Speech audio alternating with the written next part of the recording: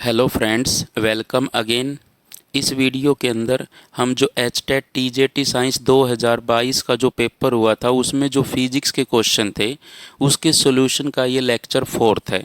और इस लेक्चर का हमारा जो फर्स्ट क्वेश्चन है वो ये है, which of the flowing process या प्रोसेसेस रिलीज हीट। मतलब इन चार process, condensation, vaporisation, freezing, melting, तो इन चारों प्रोसेस में से कौन से प्रोसेस में हीट रिलीज होती है, मतलब एनर्जी रिलीज होती है, एनर्जी निकलती है। तो ओनली ए मतलब फर्स्ट में से निकलती है, ओनली डी में से निकलती है, बी और सी दोनों में से निकलती है, या ए और सी दोनों में निकलती है। तो इसको एक्सप्लेनेशन को समझने से पहले हमें ये पता होना चाहिए कि फेज चेंज जब होता है, जब सॉलिड से हम लिक्विड में कन्वर्ट करते हैं तो हमें एनर्जी देनी होती है। लेकिन जब हम लिक्विड से गैस के अंदर जाते हैं तो भी हमें एनर्जी देनी होती है, उसको एनर्जी देनी पड़ती है उस मटेरियल को लिक्विड से गैसियस फेज में चेंज करने के लिए। लेकिन अगर हमें गैसियस फेज से लिक्विड फेज में आना हो तो एनर्जी क्या होती है, रिलीज होती है। और लिक्विड से सॉलिड फेज में जाना हो तब भी एनर्जी क्या होती है, रिलीज होती है। इसलिए ये आपको पता होना चाहिए, जब फेज चेंज होता है तब ये होता है। तो सबसे पहले लिखा है कंडेंसेशन। कंडेंसेशन क्या होता है, जिसमें जो वेपर फेज है वो लिक्विड फेज में आता है। जैसे नहीं कहते वेपर के मॉलिक्यूल कंडेंस हो गए, कंडेंस का मतलब जो वेपर फेज है वो लिक्विड फेज में आ गया। और जब वेपर फेज लिक्विड फेज में आता है तो एनर्जी क्या होती है, रिलीज होती है। और एक होता है वेपोराइजेशन। वेपोराइजेशन में क्या होता है, जो लिक्विड फेज है वो वेपर फेज में जाता है। तो जो लिक्विड फेज है वो वेपर फेज में जाएगा तो एनर्जी देनी पड़ती है आपको। एक होता है फ्रीजिंग। फ्रीजिंग क्या होता है, हमें लिक्विड को फ्रीज करना होता है, लिक्विड को हमें सॉलिड में कन्वर्ट करना होता है। और जब लिक्विड सॉलिड में कन्वर्ट होता है तो एनर्जी क्या होती है, रिलीज होती है। मेल्टिंग प्रोसेस में क्या होता है, सॉलिड मेल्ट होता है लिक्विड में। तो जब सॉलिड मेल्ट होता है लिक्विड में तब हमें एनर्जी क्या करना पड़ता है, देना पड़ता है। जब सॉलिड जो है लिक्विड में मेल्ट होता है तो हमें एनर्जी उसको देनी पड़ती है। तो एक कंडेंसेशन और एक है फ्रीजिंग, ये दो प्रोसेस है जिसके अंदर एनर्जी क्या हो रही है, रिलीज हो रही है। तो इस क्वेश्चन का जो आंसर होगा ए और सी। ए और सी दो प्रोसेस है जिसमें एनर्जी क्या हो रही है, रिलीज हो रही है। तो ऑप्शन के अकॉर्डिंग जो फोर्थ ऑप्शन है ए एंड सी, तो इन प्रोसेस में एनर्जी रिलीज हो रही है। तो इसका करेक्ट आंसर क्या होगा, fourth is the right answer होगा। अब देखिए नेक्स्ट क्वेश्चन क्या है, which of the planet has the largest number of satellite. Planet को हिंदी में क्या कहते हैं, ग्रह कहते हैं। तो कौन सा ग्रह ऐसा है जिसके सबसे ज़्यादा प्लानेट्स हैं, जुपिटर, मार्स, मरकरी, सैचुरन। तो कौन सा सैटेलाइट है, सॉरी कौन सा प्लानेट है जिसके सबसे ज़्यादा सैटेलाइट है। सैटेलाइट कह दे या फिर मून्स कह दे या नेचुरल सैटेलाइट कह दे, सबका एक ही मीनिंग है। तो ये मैंने पूरी टेबल लिख रखी है, ये सभी प्लानेट है इस साइड, जैसे Venus, Mercury, Earth, Neptune, Uranus, Saturn, Jupiter, Mars, Pluto.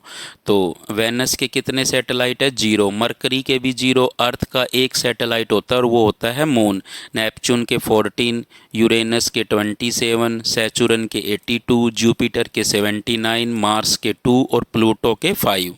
लेकिन अगर आपसे कहे, ये क्वेश्चन का जो आंसर है इससे हो जाएगा, लेकिन इसमें मैं एक चीज़ और ऐड कर रहा हूँ कि जो नंबर ऑफ प्लानेट पूछे, मतलब कितने प्लानेट्स है एट दैट टाइम जो सन के अराउंड रिवॉल्व करते हैं। 2006 से पहले हम 9 प्लानेट्स लेते थे। तो यहाँ पर मैंने जो टेबल बनाई है वो 9 प्लानेट्स की बनाई है सभी की, कि 2006 से पहले हम 9 प्लानेट्स लेते थे जो सन के अराउंड रिवॉल्व करते हैं। लेकिन 2006 के बाद हम जो प्लूटो है उसको हम एक प्लानेट्स नहीं मानते हैं। इसलिए आज के टाइम में 2006 के बाद नंबर ऑफ प्लानेट्स कितने रह गए थे, 8 रह गए थे। इसलिए ये जो प्लूटो है ये प्लानेट्स की कैटेगरी से बाहर हो चुका है। इसलिए at that time, present time में नंबर ऑफ प्लानेट्स कितने हैं जो सन के अराउंड रिवॉल्व कर रहे हैं, जिनको हम प्लानेट्स कहेंगे, ग्रह कहेंगे, वो 8 है ओनली। और उनके जो सैटेलाइट है वो सभी मैंने लिख दिए, नंबर ऑफ सैटेलाइट। तो अगर हम ऑप्शन के अकॉर्डिंग जाए, जुपिटर के कितने थे, 79, मार्स के कितने थे, 2, मरकरी के 0, सैचुरन के 82। तो सबसे ज़्यादा सैटेलाइट किसके हैं, सैचुरन के, गिवन ऑप्शन में से। तो इसका जो राइट आंसर होगा वो D is the right answer होगा आपका। अब देखिए नेक्स्ट क्वेश्चन क्या है, which of the following equation does not represent a simple harmonic motion. मतलब इनमें से कौन सी इक्वेशन एसएचएम को रिप्रेजेंट नहीं करती है।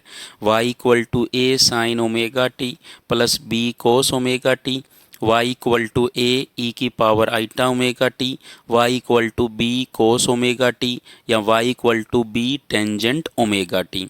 अब हमें पता है कि कोई भी इक्वेशन जो है अगर वो एसएचएम को रिप्रेजेंट करे तो वो क्या करेगी, सेटिस्फाई करेगी डिफरेंशियल इक्वेशन ऑफ एसएचएम की। अब आपको पता होना चाहिए कि जो डिफरेंशियल इक्वेशन है एसएचएम की, डिफरेंशियल इक्वेशन ऑफ एसएचएम की वो क्या होती है, d2y by d t square plus omega square y equal to 0। ये होती है आपकी डिफरेंशियल इक्वेशन ऑफ एसएचएम की। तो अगर विच वाई सेटिस्फाई अबव इक्वेशंस, मतलब जो y जो है अबव इक्वेशन को सेटिस्फाई करेगा, दैट रिप्रेजेंट एसएचएम, मतलब वो एसएचएम को रिप्रेजेंट कर रहा है, मतलब वो एसएचएम की इक्वेशन को रिप्रेजेंट कर रहा है।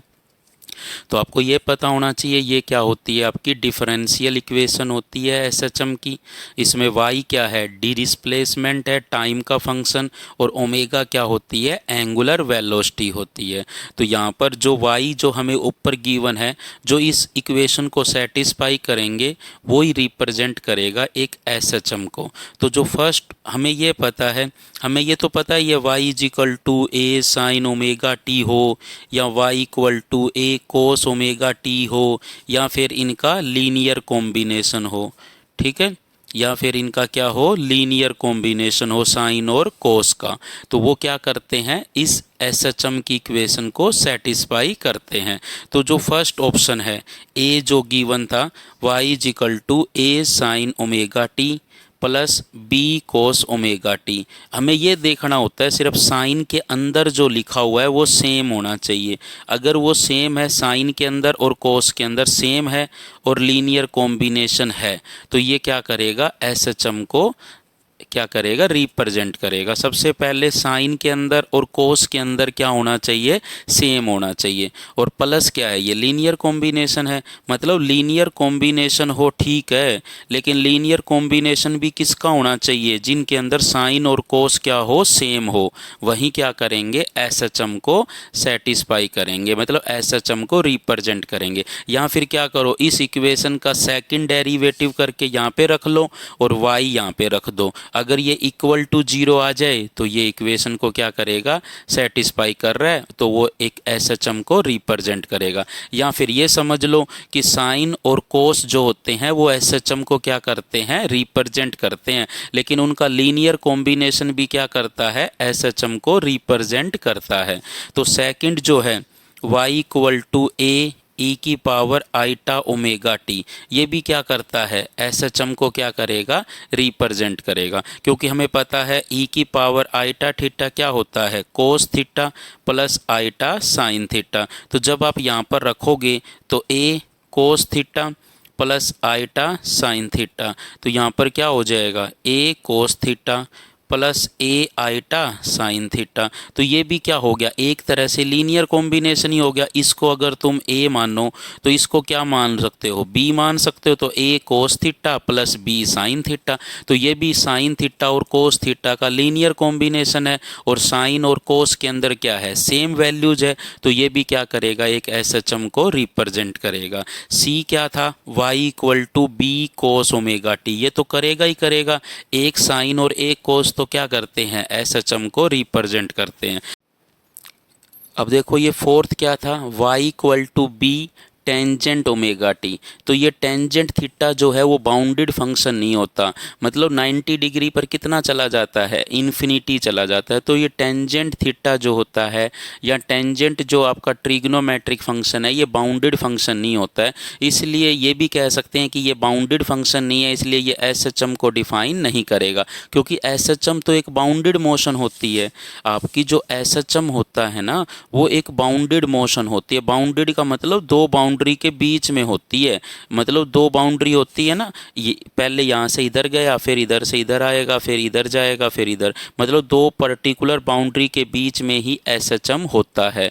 मतलब बाउंडेड मोशन है, इसलिए हम साइन और कोस का यूज करते हैं। साइन और कोस की जो वैल्यू है वो -1 और +1 के बीच में ही रहती है, इसलिए हम साइन और कोस का यूज करते हैं एसएचएम इक्वेशन को रिप्रेजेंट करने के लिए। लेकिन जो हमें यहाँ पे गिवन था y = b tangent omega t, तो फर्स्ट टाइम तो ये भी कह सकते हैं कि ये बाउंडेड फंक्शन नहीं है, इसलिए नहीं ले सकते। फिर ये भी कह सकते हैं कि ये जो अबव इक्वेशन को सेटिस्फाई नहीं करेगा, नॉट सेटिस्फाई अबव इक्वेशन, जो ऊपर जो आपने डिफरेंशियल इक्वेशन लिखी है ना, उसको ये सेटिस्फाई नहीं करेगा।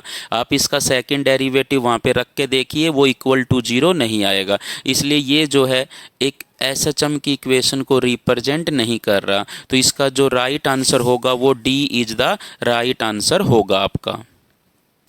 अब नेक्स्ट क्वेश्चन देखिए, beats are heard due to interference of 2 sound wave. सही बात है, 2 साउंड वेव का जब इंटरफेरेंस होता है, जिनकी फ्रीक्वेंसी में डिफरेंस बहुत कम होता है, मतलब नियरली इक्वल फ्रीक्वेंसी हो, तो उनके बीच में जो इंटरफेरेंस होता है तो हमें बीट्स सुनाई देती है।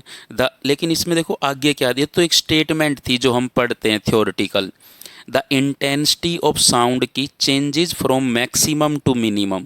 मतलब जो साउंड की जो इंटेंसिटी है वो मैक्सिमम से मिनिमम हो जाती है कितने टाइम में, 100 मिलीसेकंड में। तो the difference in frequencies of 2 wave के बीच में फ्रीक्वेंसीज का डिफरेंस पूछ रहा है कितना होगा। तो इस क्वेश्चन को करने के लिए हमें ये पता होना चाहिए कि पहले में इंटेंसिटी क्या थी, मैक्सिमम, फिर क्या हो गई मिनिमम, फिर क्या हो गई मैक्सिमम, फिर क्या हो जाएगी मिनिमम। तो एक मैक्सिमम और एक मिनिमम, यहाँ पर आपकी एक बीट कंप्लीट हो गई, 1 बीट हो गई। लेकिन बीट पीरियड कितना होता है, बीट पीरियड होता है टी बीट। मतलब बीट पीरियड का मतलब एक बीट का टाइम पीरियड कितना है। तो मैक्सिमम टू मैक्सिमम जो होता है वो क्या होता है, बीट पीरियड होता है। और आपको यहाँ से लेकर के यहाँ लग का टाइम दिया है, मैक्सिमम से मिनिमम कितने टाइम में हो जाती है, 100 मिलीसेकंड में हो जाती है। तो यहाँ से लेकर यहाँ लग 100 मिलीसेकंड लगा है, और तो ये टाइम कितना होगा आपका, ये टाइम होगा T/2 होगा। कितना होगा, T/2, क्योंकि मैक्सिमम टू मैक्सिमम जाने में T टाइम लगता है, तो मैक्सिमम टू मिनिमम जाने में कितना लगेगा, T/2। तो मतलब क्या है, इसको कहते हैं आप बीट पीरियड। क्या कहते हैं, बीट पीरियड। तो बीट पीरियड क्या होता है, मैक्सिमम टू मैक्सिमम टाइम होता है, कि maximum intensity to maximum intensity जाने में जो टाइम लगता है उसको आप बीट पीरियड कहते हैं। तो बीट पीरियड अगर T है तो मैक्सिमम टू मिनिमम इंटेंसिटी में कितना टाइम लगेगा, T/2, और यही आपको गिवन है, कितना गिवन है, 100 मिलीसेकंड। तो यहाँ पर आपका बीट पीरियड था T, तो आपको T/2 किसके इक्वल है, 100 मिलीसेकंड। तो यहाँ से टाइम पीरियड ऑफ बीट या फिर बीट पीरियड किसके बराबर आ जाएगा, 2 इस तरफ चला जाएगा तो 200 मिलीसेकंड। मतलब आपको इस क्वेश्चन से ये समझना है कि आपको इंटेंसिटी ऑफ साउंड की चेंजेज हो रही है फ्रॉम मैक्सिमम टू मिनिमम। मतलब मैक्सिमम से मिनिमम कितने टाइम में हो रही है, 100 मिलीसेकंड में हो रही है। लेकिन आपको क्या निकालना है, जो बीट पीरियड होता है, बीट पीरियड मतलब एक बीट कितने टाइम में पूरी होगी। तो वो बीट मतलब यहाँ पे आपको एक बीट सुनाई दे जाएगी, लेकिन ओवरऑल बीट कहाँ पे कंप्लीट हुई है, यहाँ पे मैक्सिमम टू मैक्सिमम एक बीट पूरी हो गई, लेकिन आपको बीट सुनाई दे जाएगी मैक्सिमम टू मिनिमम पे। तो यहाँ पर बीट पीरियड जो है वो कितना है, T है। तो बीट पीरियड T है तो आपको T/2 कितना गिवन है, 100 मिलीसेकंड।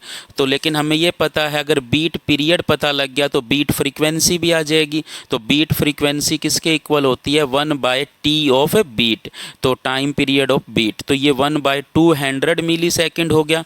तो ये 1/200 मिली को हटाओगे तो 10⁻³ आएगा, ऊपर जाएगा तो 1000 हो जाएगा। तो ये 5 आ जाएगा। और जो बीट फ्रीक्वेंसी होती है वो किसके इक्वल होती है? Difference in frequencies of two sound wave, मतलब जो दो साउंड वेव का इंटरफेरेंस हुआ था उनकी फ्रीक्वेंसी का जो डिफरेंस होता है वो किसके इक्वल होता है? बीट फ्रीक्वेंसी के। तो आपने बीट फ्रीक्वेंसी जो निकाली है वही किसके इक्वल होगी? उन दो साउंड वेव की फ्रीक्वेंसी के डिफरेंस के इक्वल होगी।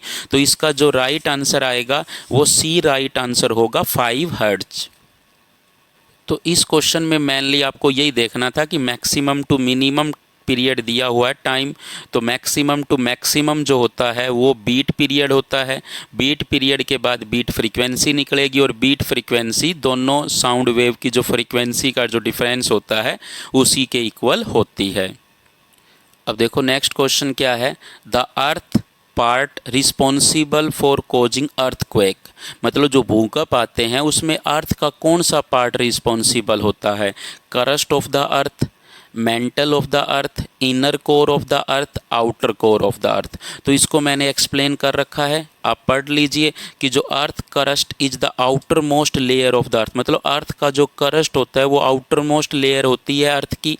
And it is made of the several tectonic plates की बनी होती है। ये जो प्लेट होती है स्लोवली मूव करती है due to motion of the mantle which is the deeper part of the earth, मतलब मेंटल जो है, जो अर्थ का जो करस्ट है उसके अंदर का पार्ट होता है, उसकी मोशन की वजह से ये टेक्टोनिक प्लेट है ये मूव करती है और इसलिए जो अर्थ करस्ट है वो ही रिस्पॉन्सिबल होता है आपके अर्थक्वेक के लिए। Hence the earth crust is the part of the earth that is responsible for causing earthquake.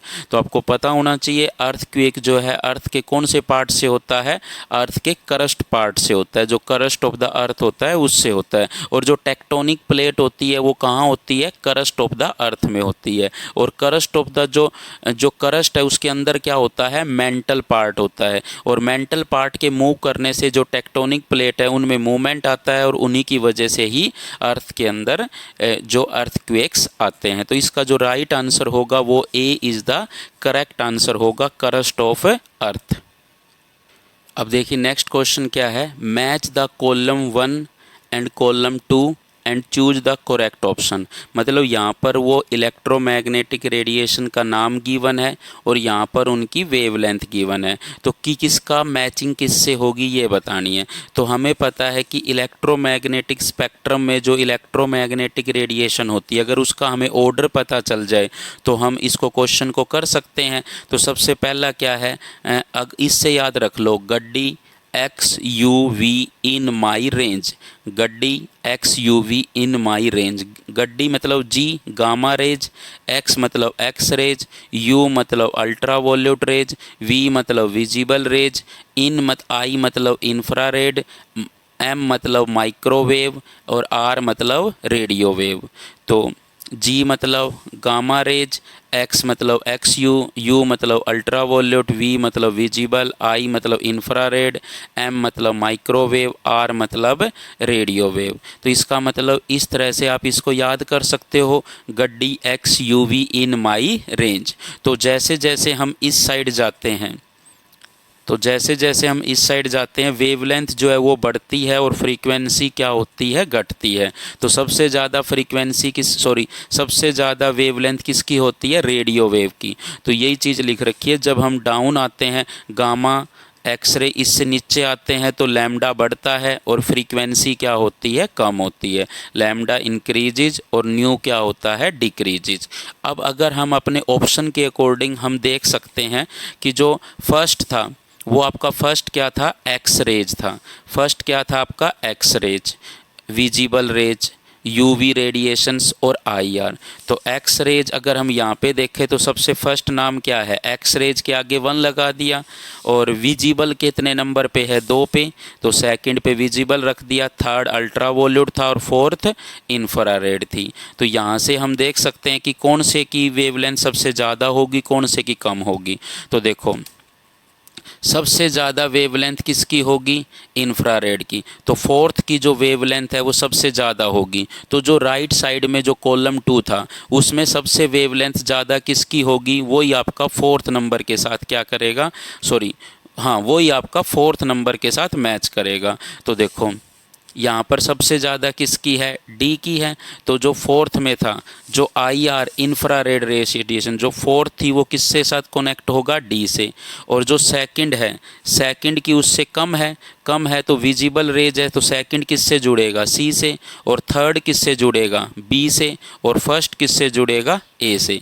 जो फर्स्ट है उसकी वेवलेंथ सबसे कम होगी, और सबसे कम वेवलेंथ कॉलम 2 में किसकी है, फर्स्ट ए की है, तो वो ए से। तो इस मैच को आप कर सकते हो अगर आपको ये वाला अगर एक्सप्लेनेशन पता है, तो ये आप जानते हो अगर इलेक्ट्रोमैग्नेटिक स्पेक्ट्रम को, तो आप इस कॉलम 1 और कॉलम 2 को मैच करा सकते हो। तो अगर हम इसको देखें कि फोर्थ जो है वो किससे जुड़ेगा, डी से। और सेकंड किससे जुड़ेगा, सी से। और थर्ड किससे जुड़ेगा, बी से। और फर्स्ट किससे जुड़ेगा, ए से। ये जो हमने कैसे निकाला है, ये किया है यहाँ से कि फोर्थ वाले की वेवलेंथ सबसे ज़्यादा होगी, और सेकंड कॉलम में जो सबसे ज़्यादा वेवलेंथ है वो किससे जुड़ जाएगा, फोर्थ से। और सेकंड वाला उससे कम वेवलेंथ से जुड़ जाएगा, थर्ड वाला फिर उससे कम से जुड़ जाएगा, और फर्स्ट वाला सबसे कम वेवलेंथ से मैच होगा। तो यहाँ से अगर हम देखें तो फर्स्ट जो है वो किससे जुड़ा हुआ है, ए से।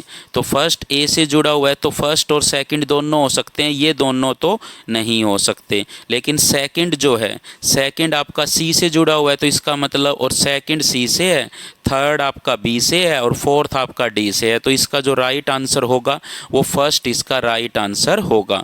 तो इस कॉलम 1 और कॉलम 2 को आप किस तरह से कनेक्ट कर सकते हो, अगर आपको इलेक्ट्रोमैग्नेटिक स्पेक्ट्रम में अगर उनका ऑर्डर पता है कि किस ऑर्डर में वेवलेंथ इंक्रीज और डिक्रीज होती है। इसमें आपसे एग्जैक्ट वैल्यू नहीं पूछ रही, सिर्फ मैच करने का मैचिंग प्रोसेस पूछ रहा है कि कैसे मैच होंगे ये। अब देखिए next question, a very thin transparent film of soap bubble. मतलब एक बहुत पतली ट्रांसपेरेंट फिल्म है सोप बबल की, जिसकी थिकनेस 10:0 है, is seen under reflection of white light. मतलब जब वाइट लाइट उसके ऊपर डालोगे तो उसके रिफ्लेक्शन की वजह से आपको दिखाई देगा, तो कौन सा कलर आपको उसका अपीयर होगा। तो ये एक स्टेटमेंट बेस्ड है, थ्योरेटिकल है। फॉर वेरी थीन फिल्म्स के लिए जो डिस्टेंस ट्रेवल्ड होती है इनसाइड द फिल्म वो इनसिग्निफिकेंट है, मतलब अंदर इतनी ज़्यादा डिस्टेंस ट्रेवल नहीं होती, क्योंकि बहुत ही पतली फिल्म है वो सोप की। तो and show the two reflected wave are almost exactly, मतलब दो रिफ्लेक्टेड वेव है जो इंसिडेंट है और रिफ्लेक्ट होके आई है, आउट ऑफ फेज होती है एक दूसरे से, जिसकी वजह से जो फिल्म है आउट ऑफ फेज होगा तो डिस्ट्रैक्टिव इंटरफेरेंस होगा, आउट ऑफ फेज होगा। तो इसका मतलब हम ये कह सकते हैं अगर डिस्ट्रैक्टिव होगा तो वहाँ पर डार्क शो होगा, मतलब ब्लैक दिखाई देगी। तो इसका जो राइट आंसर होगा वो b is the correct answer होगा। तो ये आपको समझने की ज़रूरत है कि ये क्वेश्चन कैसे करना है।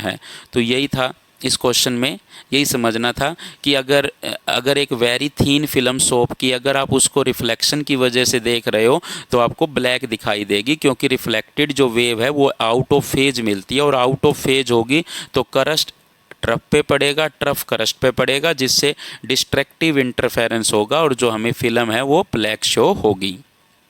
सो इसका एग्जैक्ट आंसर होगा वो b is the correct answer होगा आपका।